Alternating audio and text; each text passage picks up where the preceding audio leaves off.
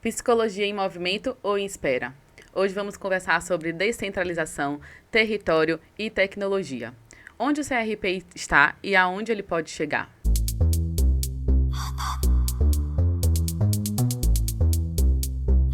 Olá, pessoal, seja muito bem-vindo, muito bem-vinda. Eu sou Kátia Gonzalez e hoje eu estou aqui com a Chapa 12 Psicologias em Movimento para a gente conversar um pouco antes das eleições sobre a proposta da chapa para essa eleição.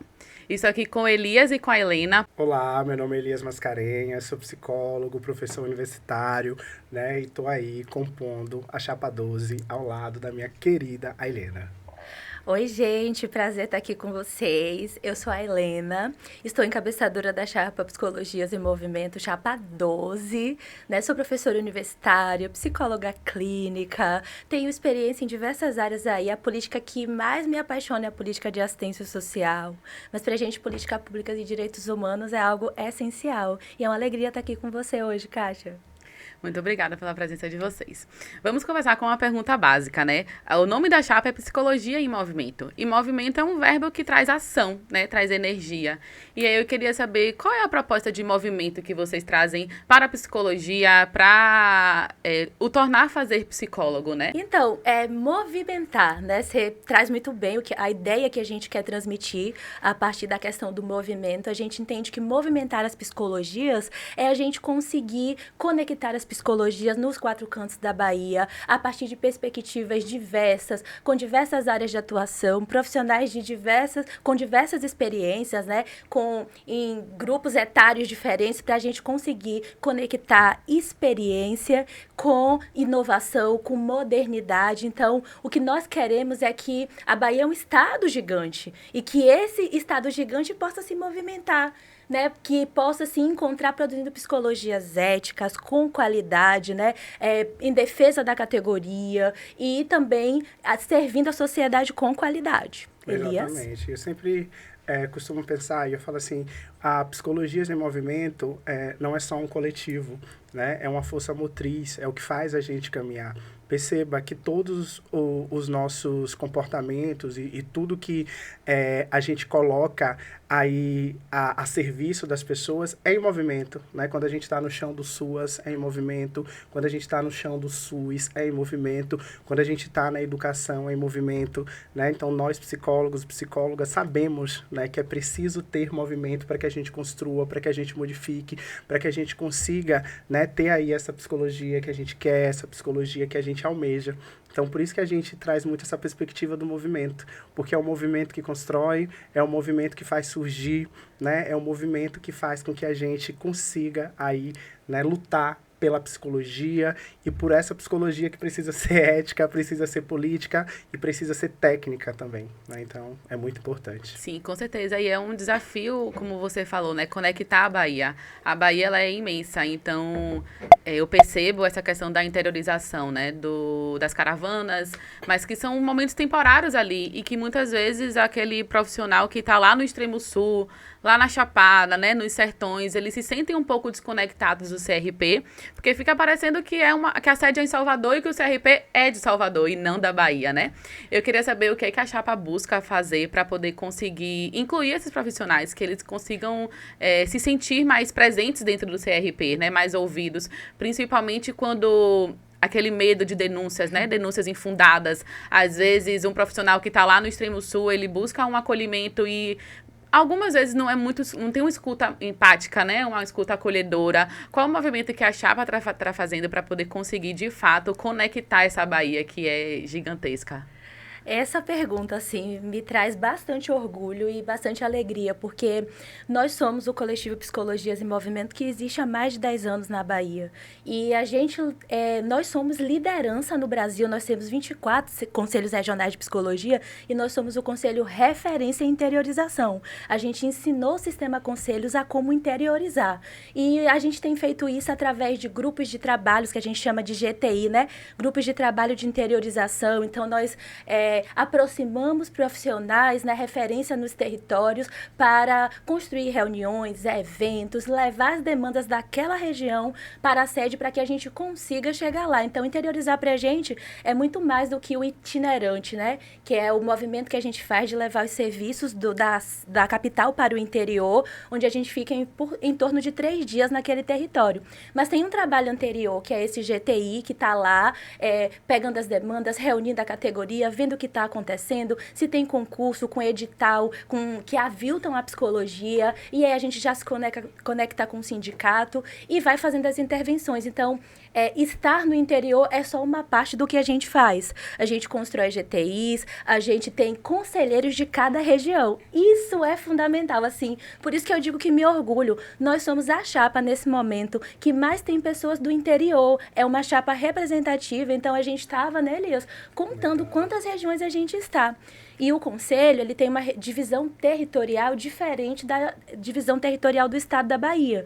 A gente pensou, pensando nessa perspectiva da interiorização, formatos, assim, de conectar a psicologia nos 4 cantos. Esse não é só o nosso slogan, né? Isso é a nossa vivência, como Elias disse, é o que a gente faz. Então, a gente tem conselheiras de todas as regiões da Bahia. A gente tem gente no extremo sul, 2 pessoas, inclusive. A gente tem gente no litoral sul, no Sertão Recôncavo, na capital. A gente tem gente no oeste, 2 pessoas. A gente tem gente no Recôncavo, né? Meu Deus, assim, todas as regiões nós estamos, porque a gente entende que não é só um slogan, é o que a gente quer entregar para a sociedade. Porque a realidade, Kátia, de Salvador, não é a realidade da capital, do interior. Não é a realidade de municípios que eu trabalhei, que tem 7 mil habitantes e que é ilhado, né? Como a Península de Maraú, por exemplo. E aí, o Conselho conseguiu chegar lá. Na época, eu era representante, fazia parte do GTI e coordenava a Comissão de Psicologia e Assistência Social. E a gente conseguiu, no MESPC, levar o Conselho para Maraú, que é um lugar extremamente de difícil acesso, com estradas de terra, né? E que muita coisa não chega lá. Mas o CRP chegou lá. Então, interiorizar pra gente é isso. É ter grupo de trabalho, é trazer os GTIs para a capital e construir planejamento estratégico com eles, que foi o que a gente fez em janeiro de 2024. Uma imersão de 3 dias com essas pessoas do interior e foi lindo. Foi muito lindo. Então, interiorizar pra gente é muito mais do que esse itinerante ou o projeto Psicologias em Movimento, né? Que a gente leva os serviços para todas as regiões da Bahia e a gente já conseguiu atender mais de 400 pessoas levando esse serviço para esses territórios. E aí eu vou frisar nesse serviço, embora todos os outros que a gente falou, né, sejam extremamente importantes e a gente tem construído base, porque eu vou te dizer, por exemplo, a minha realidade e a realidade da maior parte dos componentes do nosso coletivo é a realidade do interior. Então, por exemplo, eu morava em Juazeiro da Bahia. Para eu resolver alguma coisa em Salvador, são 8 horas de ônibus, mais todos os gastos efetivos de estar aqui, né? E aí, quando a gente pega o movimento CRP e a gente leva o CRP para essa região, a gente, além de dialogar com a categoria de uma forma mais próxima, a gente também diminui custo para essas pessoas. A gente está dizendo assim, olha, o CRP está aqui, né? E ele é de vocês. Então, acho que quando a gente vem do chão do interior, quando a gente vem ali do Recôncavo, do Sudoeste, e que a gente entende essa realidade, a gente torna isso não só uma pauta, né? Porque pauta a gente esvazia, a gente torna isso uma política efetiva, né? E eu acho que é interessante dizer também, por exemplo, que no último final de semana estávamos em Rodelas, Bahia, dentro, né, de um território indígena, dialogando com essas psicologias, que é um gargalo, dialogando com as minorias e dialogando com os territórios. Você imagina, a primeira vez desde que o Sistema Conselho existe, que a gente levou, né, uma reunião plenária e a gente levou os serviços para dentro de um território indígena. É lindo, né? Dá orgulho de falar, porque essa é a psicologia que a gente acredita. Uau! Bacana. E tem a questão que a chapa, eu percebo que defende a modernização, né? A modernização no sentido de introduzir tecnologias também. E como vocês estão falando, às vezes o acesso para essas comunidades, esses lugares, não tem de tecnologia, né? E isso também pode causar uma exclusão, de alguma forma, a depender da forma como que essa modernização aconteça. O que é que vocês planejam quando vocês falam em questão de modernização tecnológica para o Conselho? Então, Kátia, essa pergunta ela é muito atual, assim, que você traz para a gente conversar, e eu fico pensando, nós somos uma autarquia pública federal, então não dá para banir as formas de comunicação institucional, como e-mail, diário oficial, né, o site e tantas outras formas de se comunicar com a categoria que a gente tem, inclusive revistas, boletins informativos. Isso a gente quer que continue, isso vai continuar. A questão é que as tecnologias da informação e comunicação estão aí, as tecnologias digitais e a inteligência artificial. E a gente entende que é fundamental que nós atualizemos a nossa forma de se comunicar com a sociedade, com a categoria. Então, a gente vai chegar, já chegamos, né, para essas pessoas que são analógicas, e nós vamos continuar modernizando a nossa forma de falar. E para isso, a gente tem como proposta a contratação de uma empresa de marketing digital. A gente criou uma comissão, um grupo de trabalho de inteligência artificial, né, que é um dos pouquíssimos que existe no sistema Conselhos. A Bahia já tem o seu GT, que é aberto à sociedade. A gente promoveu já várias reuniões, diversas atividades. Ocupamos também esse evento de inteligência artificial que o CFP construiu no início desse ano. Estávamos em peso enquanto regional lá participando e contribuindo.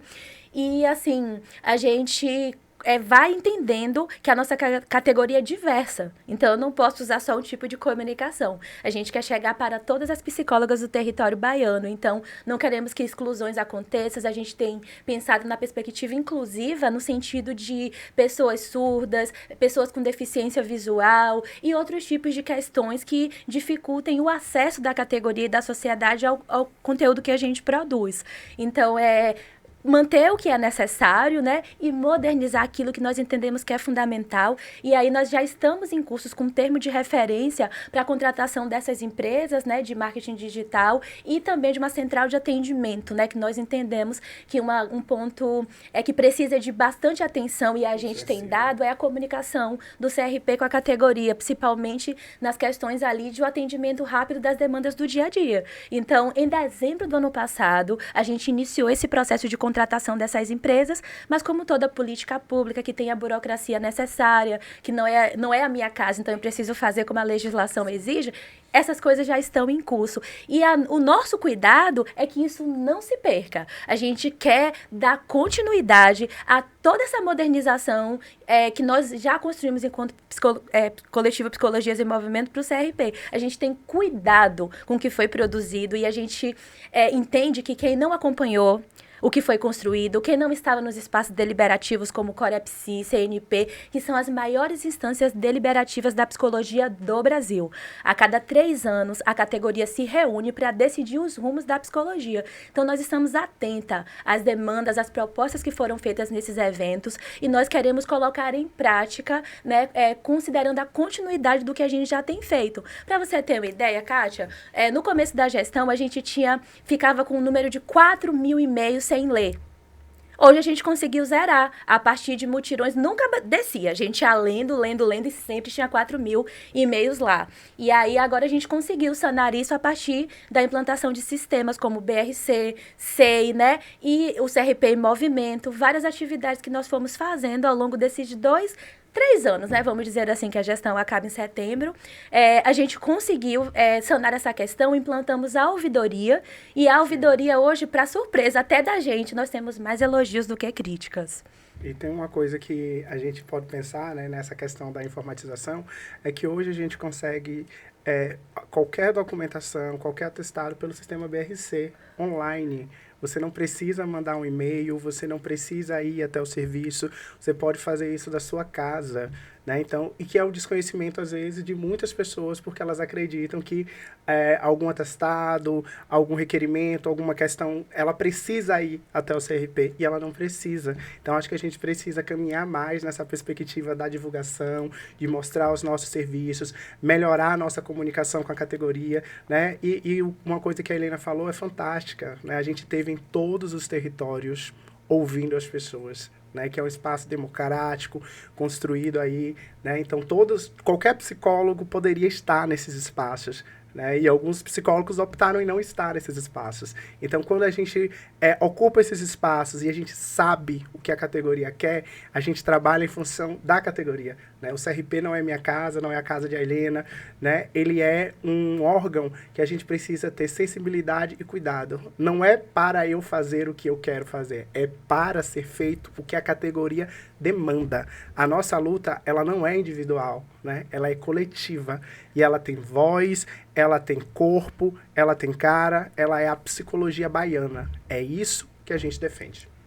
Eu entendo que a rotina profissional de um psicólogo ela é bem intensa, né? Então, muitas vezes, como você falou, alguns psicólogos não estiveram nesses espaços, mas estão em outros, né? E um ponto importante que foi tocado é a inteligência artificial.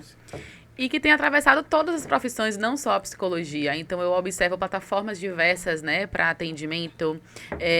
A inteligência artificial produzindo material psicoeducativo também. Também automação de atendimentos, né? Então, tem diversos pontos ali que a gente precisa ter atenção em relação a isso. Você comentou que tem algum setor já, né, que está sendo responsável, o GT, mas existe alguma proposta para fazer um regulamento ético, alguma política em relação ao uso da inteligência artificial, porque eu acho que ainda está um pouco solto, né, em relação à categoria dos psicólogos. Sim, Kátia. Tá, assim, nessa fase, como é um fenômeno recente, assim, nessa potencialidade, porque a questão da inteligência artificial vem há muito tempo, né? A gente lembra daquele filme lá, AI, né? Enfim. E aí, só pra gente pensar, ano passado, se eu não me engano, foi no início desse ano, o CFP já produziu um evento para falar disso. Na PAF de dezembro do ano passado, a gente já teve esse debate de pensar sobre a questão de criar resoluções para normatizar, para regulamentar a questão do uso, principalmente no que tange a avaliação psicológica, né? E aí a gente vem pensando que, entendendo, as pessoas têm um pouco de medo de serem substituídas, mas tem uma tecnologia humana que é insubstituível, que é essa do contato, do olhar, do calor humano mesmo, e sem contar com essa capacidade da metacognição que a gente tem de pensar sobre o próprio pensamento, de conectar saberes, né? Então, nós fazemos isso. Né? Teoria, prática, a gente chama de praxis, e isso a inteligência artificial não vai conseguir fazer. Eu sou professora universitária e eu sei quando o estudante usou inteligência artificial para produzir o texto dele, porque tem uma coisa que a inteligência artificial não saca, que é a onda da personalidade. Então, eu conheço o estudante, eu sei o perfil dele, eu sei das possibilidades, da potência dele. Então, aquele texto eu sei se é dele, se não é. A linguagem da inteligência artificial, ela é rasa, ela é repetitiva, e aí a gente vai percebendo que, enfim, não tem a nossa tecnologia humana, não tem essa a capacidade que nós temos de construir conteúdos consistentes, conectados e que falem um pouco de quem somos. Porque a minha escrita diz quem eu sou. Então, tem essa diferença. Então, vamos deixar esse medo de sermos substituídas para lá e continuar compreendendo a inteligência artificial como algo que chega para contribuir e que o que não pode é o uso excessivo. E aí, para a psicologia, isso é fundamental, porque é um facilitador. Para nós que somos docentes, né, Elias? Fazer um slide fica mais fácil, né? Sistematizar alguma coisa, pegar um caso fictício, né? Que antes a gente tem dificuldade, tem que caçar livro por livro, e lá a gente consegue pensar nessas perspectivas. Então, o CRP03 já tem um GT, que é um grupo de trabalho sobre a inteligência artificial aqui na Bahia. A gente entende que nós precisamos nos adaptarmos a essa questão mesmo, e tem sido um trabalho, assim, por aqui, Elias, o que você acha? Eu acho que, assim, a gente precisa entender o que é que sai de um GT, porque às vezes a gente fala que é GT e as pessoas, né, às vezes não conseguem se conectar. Um GT é um grupo de pessoas que está pensando sobre esse assunto. A partir desse GT, a gente vai ter normativas, a gente vai ter resoluções, a gente vai ter cartilhas, a gente vai ter materiais que vão nos ajudar a trabalhar com isso. Então, a nossa principal proposta é fortalecer o GT para que o GT possa construir justamente essas normativas. A gente não tem como lutar contra a tecnologia, né? A tecnologia, ela chegou, né? A gente não tem mais como pensar qualquer profissão que seja sem a utilização da tecnologia, né? A gente não... nós não vamos mais sermos analógicos totalmente, né? A digitalização chegou. Só que a gente não pode deixar que os psicólogos e psicólogas façam isso de qualquer forma, de qualquer jeito. A gente tem como função principal, né? Assim como função principal, orientar e fiscalizar, né? Essa é a função do Conselho de Psicologia. Então, a gente pretende criar documentos que orientem e também fiscalizem. Imagina o quão pobre é que a gente tenha, e a gente já percebe isso, mesmo antes da tecnologia, relatórios que são copia e cola, né? Documentos que são produzidos sem a devida ética, sem o devido cuidado, que é o grande número de denúncias que a gente tem é produção de documento. Então, a gente precisa trabalhar especialmente como essa IA ela está produzindo os documentos. Porque a gente precisa regulamentar isso e dizer assim, até que ponto a gente pode utilizar a IA, até onde a gente não pode.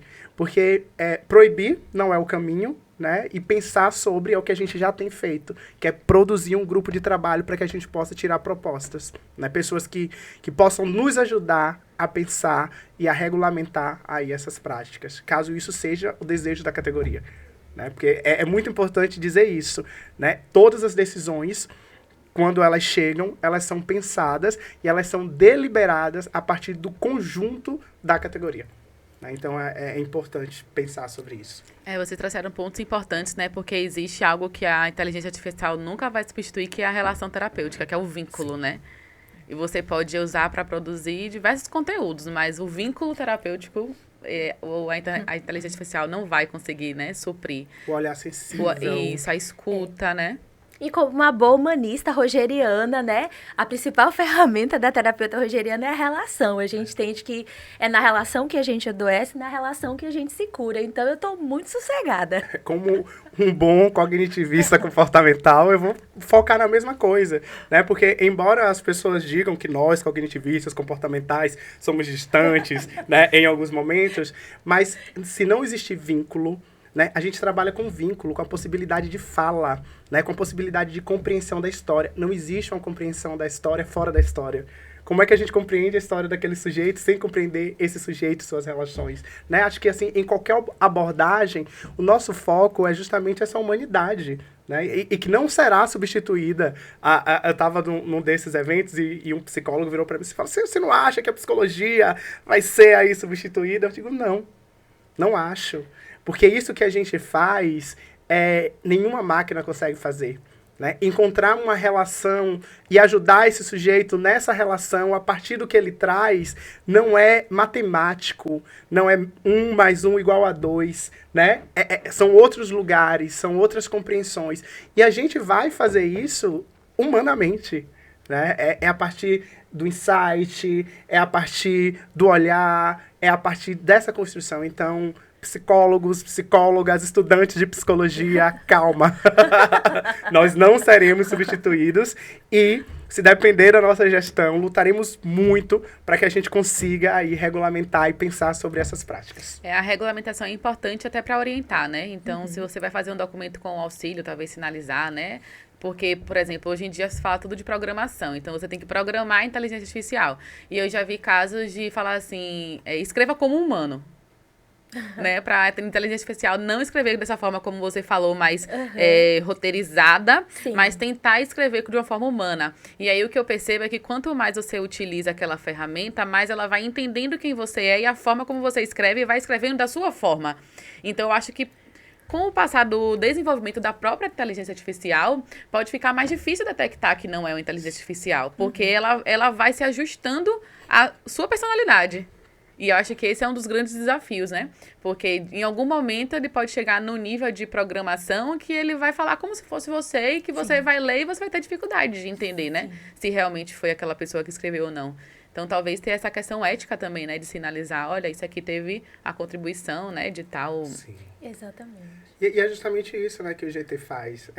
Inclusive, convite, né, para você participar do GT. Os estudantes também podem participar dos GTs. É muito importante aproximar do conselho. O conselho não são aquelas 30 pessoas. O conselho somos todos nós que somos categoria, né? Às vezes a gente acha que só pode fazer parte do conselho ou só pode discutir dentro do conselho os conselheiros. E não é assim. Qualquer pessoa da psicologia, estudantes, psicólogos, psicólogas podem contribuir. Participem dos grupos de trabalho, participem dos GTIs, que são os grupos de interiorização, participem das plenárias, assistam às APAFs, né? Participem. O conselho somos todos nós. E infelizmente a gente não tem essa noção, e eu fui tendo essa noção depois que eu fui entendendo essas discussões políticas e entendendo que a gente pode fazer muito pelo nosso território, né? Essa é a ideia do GTI. O GTI tem uma pessoa lá, que é daquela cidade, que é daquele território, que vai ajudar a construir a psicologia e as demandas naquele território. Por exemplo, Itabuna tinha uma demanda muito alta em relação à saúde mental dos psicólogos e psicólogas da região, né? É diferente de Juazeiro. Então, quem vai saber isso é o GTI, né? E aí, Itabuna tinha muitas questões que eram muito específicas e que demandavam não só um GTI, mas uma subsede, né? Então, isso é importante. Mas, Elias, para quem está ouvindo a gente, seja estudante ou psicólogo formado, né? Como faz para ter acesso a esse GTI que você falou, né? Se aproximem do conselho. Lá na nossa página, no nosso site, a gente tem os GTIs, os GTs e tem os e-mails dos coordenadores desses grupos. Então, você pode ir lá no site do conselho, olhar, mandar um e-mail. Se você tiver alguma dúvida, pode mandar também um e-mail para o gabinete ou um e-mail mais geral, que você será respondido e será direcionado. Não tenha medo de se aproximar do conselho, né? Porque às vezes as pessoas falam assim, o conselho está só para punir, né? Só para fiscalizar. E não, a gente também está para orientar e principalmente para construir, principalmente para pensar. O conselho não é inimigo do psicólogo. Exato. Nossa, é muito rico te ouvir, Elias. Assim, eu adoro, eu sou fã, a gente convive. A recíproca é verdadeira. Mas esse negócio aí, eu ouço, eu me emociono, já me emocionei aqui várias vezes escutando, porque assim, o conselho é também um espaço formativo, né? A gente, enquanto conselheira, assim, ganhou muito a nível de crescimento profissional, porque a gente vai aprendendo, compreendendo as dinâmicas da psicologia de cada território. E aí Elias fala de Itabuna, né? Que é onde eu me formei, onde eu morei 12 anos, né? E eu nasci em Ilhéus e sou da Península de Maraú. E ali, enquanto conselheira, estando no território, eu fui compreendendo as dinâmicas. Então, o diálogo entre conselheira de referência, né? Que são as conselheiras que estão no território, e o GTI é fundamental. E ali a gente fazia, né, as reuniões mensais, as reuniões para entrega de documentação, porque através do GTI a gente recebia as demandas que iam para aqui, para a capital, e a gente se reunia para conversar, para entregar a documentação e para pensar as demandas da região. E Santa Cruz foi dizendo pra gente, né, que a região ali de Itabuna, Ilhéus, aquela região ali, que eles tinham uma demanda de saúde mental. O que é que a gente fez ano passado? A gente construiu um evento através da Comissão de Psicologia e Relações Étnico-Raciais, que é a comissão que eu coordeno, pensando, né, a saúde mental das psicólogas, né, e trazendo um recorte racial de psicólogas negras, porque a gente teve naquela região diversas questões de morte por suicídio de psicólogas. Então, foi fundamental, as pessoas se deslocaram de lá para aqui, para Salvador, mas foi um evento transmitido e que foi aí trazendo vários frutos pra gente. E esse ano, de novo, agora dia 18 e 19, estávamos lá numa conversa muito maravilhosa, gostosa. Eu, Elias, Glória, a presidenta do CFP, Alessandra Almeida, conversando sobre os desafios de ser categoria, de estar em espaços de poder, espaços de gestão.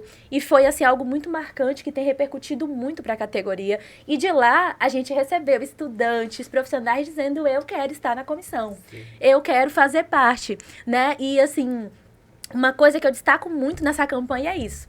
Nós estávamos o tempo todo de portas abertas para que a oposição, para que toda a categoria se aproximasse. A categoria fez sua parte, a oposição não. A gente foi construindo, tocando as pautas ali com quem chegou, e a oposição não chegou para estar com a gente. E isso me preocupa muito, porque num Corepsi, num CNP, que são as maiores instâncias deliberativas da psicologia, somada à APAF, né? Essa galera não estava. Essa galera não sabe o que a categoria está demandando. E como Elias falou, não é minha casa, não é o que eu quero, é o que a categoria precisa. E nós sabemos o que a categoria quer. Nós estávamos lá lutando pelas psicologias, né? E independente de estar em gestão, eu sou, por exemplo, uma pessoa que sempre contribuí, né? Eu caminho com esse coletivo há mais de 10 anos. Né, entendendo que, como Elias disse, não é só o CRP, as 30 conselheiras e as funcionárias ali. A categoria toda, os mais de 28 mil psicólogos desse estado são CRP e precisam participar, acompanhar, fiscalizar, estar junto com a gente nas construções, porque as conselheiras não vão conseguir fazer tudo sozinhas e as trabalhadoras. A gente precisa desse contato, dessa troca com a categoria. E o que a gente fez esses 3 anos foi isso, dizer vem com a gente. E muita gente veio. Vocês tocam bastante no ponto de fiscalização, né? E aí, como eu já falei um pouco antes, muitos psicólogos às vezes ficam com medo, né? De denúncias infundadas. Alguns relatam, principalmente assim, em áreas mais afastadas, que não se sentiram acolhidos, não se sentiram escutados, né? Como se aquela denúncia ali fosse a verdade última, né? E aí, eu percebo também que está tendo esse cuidado de um acolhimento melhor em relação a essa fiscalização. Mas existe também um outro ponto que é a precarização do trabalho, né, do psicólogo. Então, às vezes, a gente vê aí municípios e estados oferecendo ali cargos e salários que vão muito a desejar, né, do que realmente a categoria precisa, e demandas de trabalho também, né, muito exaustivas, e como você citou, né, a taxa de suicídios ali de psicólogos naquela região. O que é que vocês têm feito para pensar isso junto com os municípios e com os estados para dar uma condição de trabalho, não só questão salarial, mas também de espaço, né, de local para atendimento? Por exemplo, eu trabalhei no NASCE, uma psicóloga, e muitas vezes a gente chegava numa unidade que não tinha uma sala pra gente trabalhar. E aí tinham 2 pessoas para atender, a nutricionista e a psicóloga. E aí alguém tem que atender na sala de curativo. Então, como é que um psicólogo vai atender uma demanda que você não sabe o que é que vai vir? Pode ser diversas coisas, automutilação, né? Não sei. Em uma sala de curativos que tem tantas ferramentas, né? Então, na prática, quando a gente vai para o interior, a gente percebe que tem essas dificuldades. Como que é o olhar de vocês para esses pontos, assim, de precarização mesmo do trabalho? Acho que a primeira coisa que a gente precisa dizer é que a gente não vai para um espaço fiscalizar para culpabilizar o psicólogo por questões estruturais. A gente vai justamente para orientar e oficiar o serviço para que o serviço possa melhorar e dar condição para esses psicólogos e psicólogas. Nós sabemos a realidade do interior, né? Eu vim do Centro Pop, trabalhei muito tempo na prefeitura de uma cidade do interior com todas essas questões e tentando lidar com essas questões.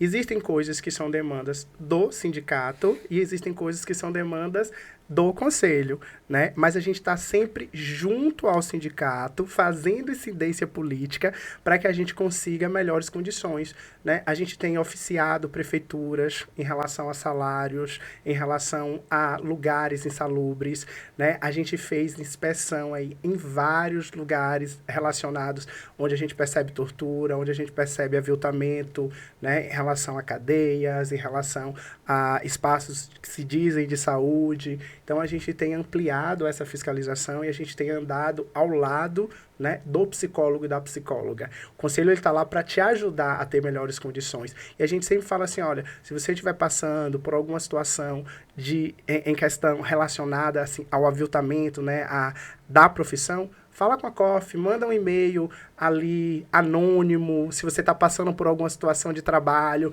que você percebe, exemplo, não tem um lugar para você guardar os seus laudos, seus pareceres, suas documentações, você precisa de uma chave. A gente vai até o serviço e a gente vai buscar melhorias no serviço.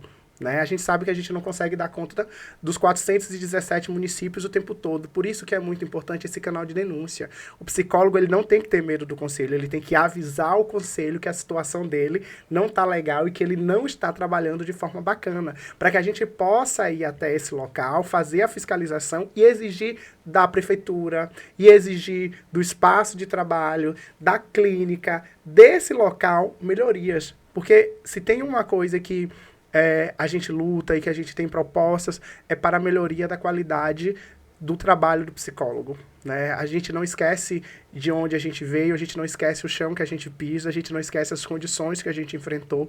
E aí, eu falo especialmente no começo da nossa profissão, é muito difícil. A gente vai para lugares que são realmente muito insalubres e o conselho ele precisa estar atento, né? E especificamente a questão de saúde mental, porque isso adoece o trabalhador.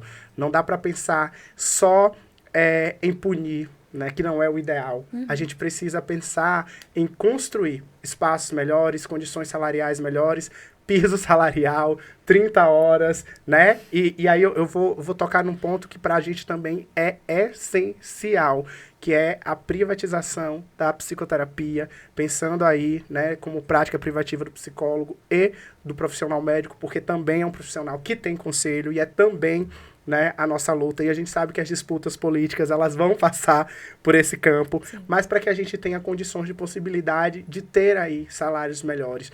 Tem uma coisa que você trouxe que eu vou lembrando, assim, que é muito importante. Eu sou da região de Juazeiro e Petrolina, né, ali Pernambuco, sou de identidade, né, porque morei lá durante muitos anos, e tem uma questão que é muito singular de lá, e que é a precarização, porque às vezes a pessoa ela precisa trabalhar em 2 estados, e aí surgiu dentro de uma das APAFs a possibilidade de ter 2 cobranças de anuidade, e aí eu logicamente fiz assim, nossa, vocês não conhecem a realidade dos psicólogos, porque nós trabalhamos em 2 lugares, não é porque a gente quer, é porque é precarização do nosso trabalho. Aí você imagina a gente trabalhar em 2 estados e ter que pagar a anuidade de 2 estados. E a Bahia foi contra, né? E fizemos coro e não passou. A gente conseguiu garantir que os psicólogos, especialmente aí eu vou falar do norte, porque é de onde eu venho e que faz fronteira, não pagassem uma dupla anuidade. Isso é trabalhar para a não precarização do trabalho desse psicólogo e dessa psicóloga. Isso vai dizer que nós, psicólogos do norte, né, que temos aí que ficar entre Juazeiro, Petrolina ou qualquer outro lugar, né, a gente não tem condição de pagar 2 anuidades. E é importante essa colaboração, então, como vocês estão falando, né? Não ficar só na mão dos conselheiros, mas dos psicólogos perderem o medo e o receio de entrar em contato com o conselho, né? Independente de chapa, independente de qualquer coisa, mas ter o conselho como um parceiro mesmo, né? E estudantes também buscar para poder já ir se aprofundando sobre todas as pautas que os conselhos trazem, né? Porque, assim, Kátia e Elias, a Comissão de Orientação e Fiscalização, a qual eu faço parte, né, ela não está ali só para disciplinar. Nós temos como função orientar. Então, a primeira coisa que a gente faz, tem dúvida, está acontecendo alguma coisa de precarização, assédio moral, seja do chefe, né, da instituição, seja de um cliente, porque acontece também, já aconteceu comigo, né, assédio em algumas áreas, assim, em relação ao do cliente para comigo.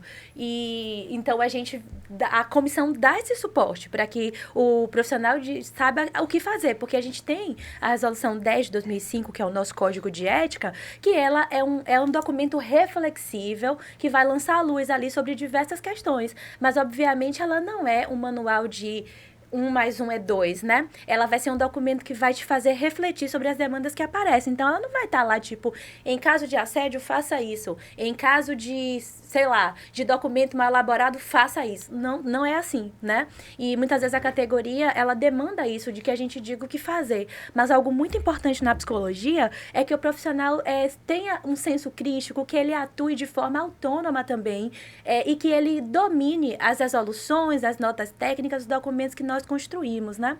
E aí, a COF é esse lugar. A primeira coisa que ela quer fazer é orientar para que a gente não precise... que para quando a gente for fiscalizar, a gente não precise disciplinar, né? Porque, assim, a gente também tem enquanto função proteger a sociedade dos maus profissionais. E você sabe que em todas as áreas nós teremos essas pessoas que vão estar ali violando direitos humanos, levando a convicções ideológicas, filosóficas e políticas, que é exatamente o que o nosso Código de Ética veda. Então, essa comissão, ela não é para ser o monstro da psicologia, psicologia, ela é para ser um ponto forte para a categoria dizer, se algo me acontecer enquanto profissional, eu tenho esse suporte dessa comissão. Mas criou-se uma ideia de que não é assim, né? Aí você diz, olha, nossa, mas às vezes a COF parece mais que é mais punitiva. Não, o nosso prazer é orientar.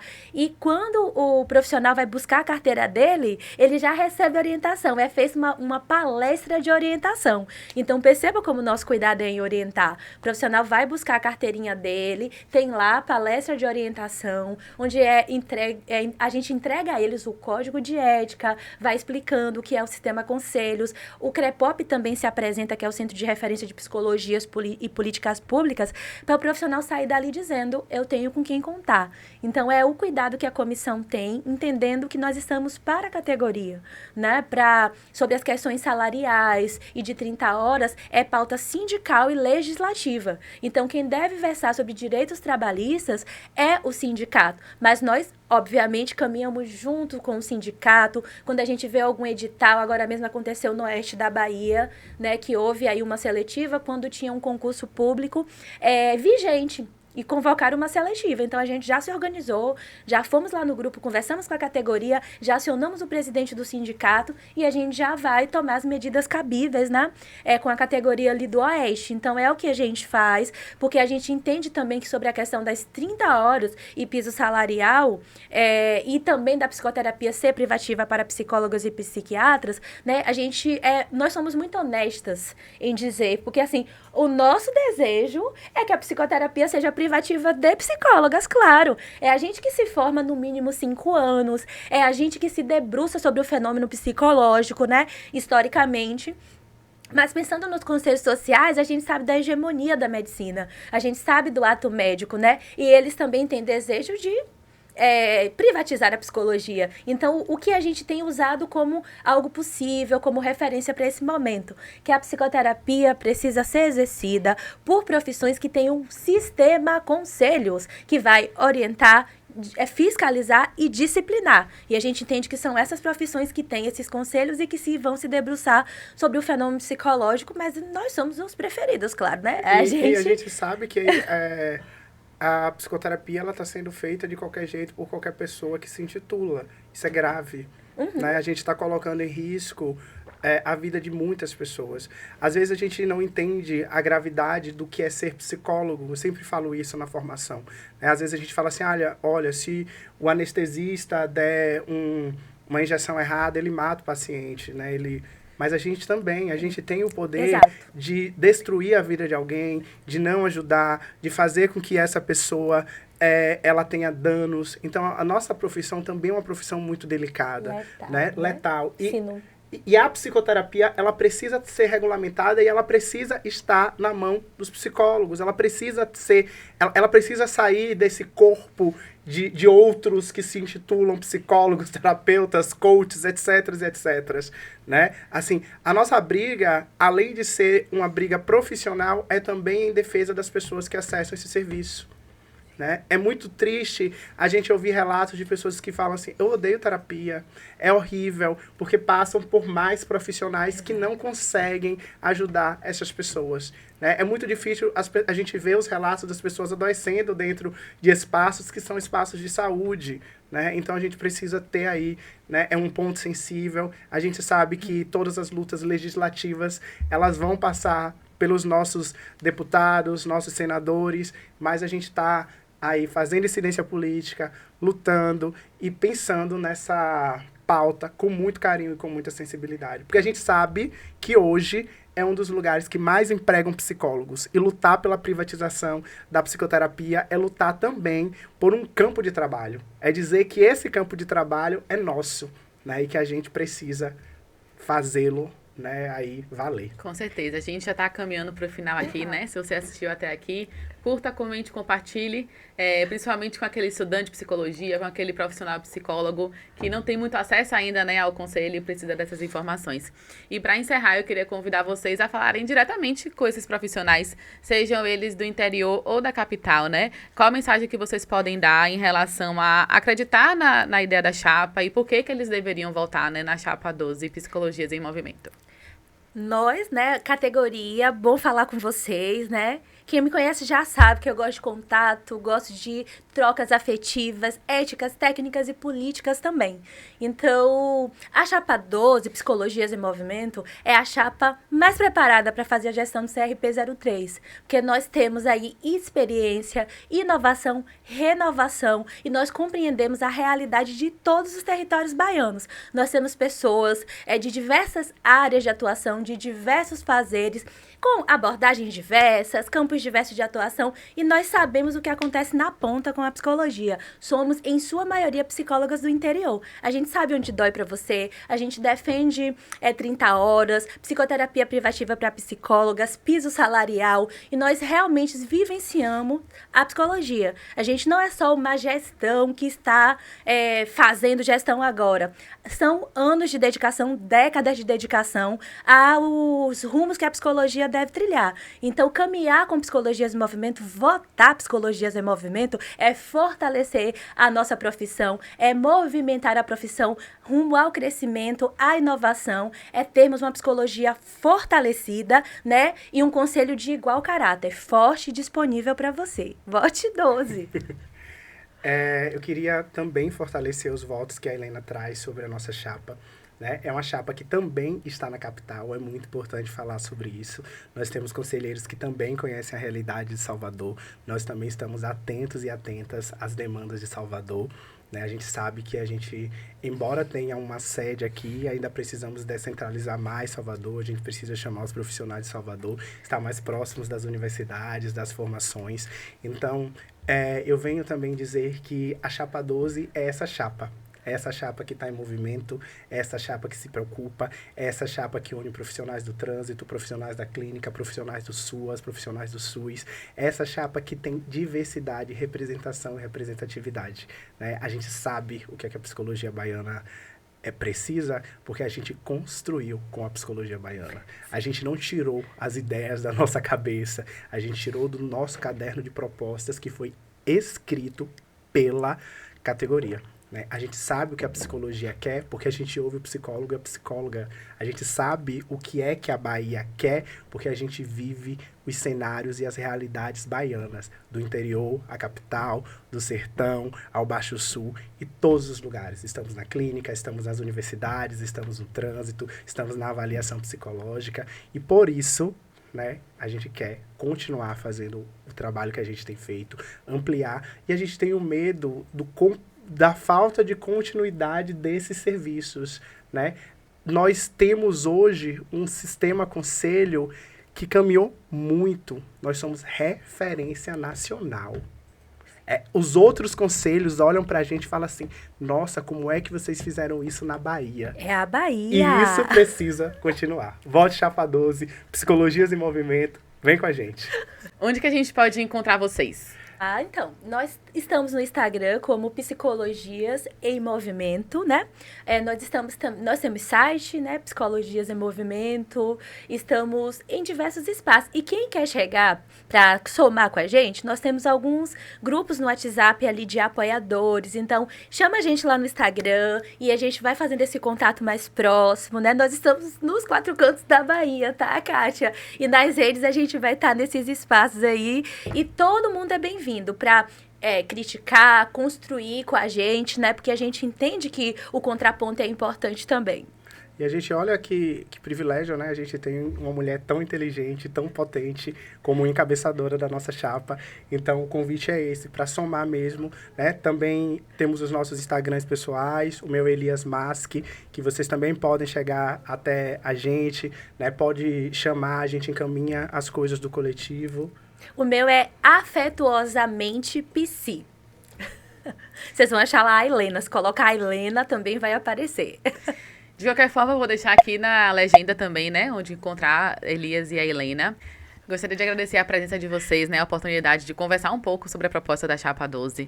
A você também que assistiu até aqui, não esqueça de se inscrever no canal, que é super importante pra gente, e também deixar seu comentário, a sua opinião sobre as eleições, né, que vão acontecer ali no finalzinho de agosto, e também de curtir, compartilhar com aqueles psicólogos que precisam se inteirar um pouco sobre o assunto e se aproximar do conselho e principalmente das eleições, que a gente sabe que ainda tem aqueles psicólogos que não querem ouvir, não querem votar, não querem se envolver, mas é super importante para fortalecer a nossa categoria, né? Vocês estarem participando também e compartilhando cada vez mais com estudantes e psicólogos também.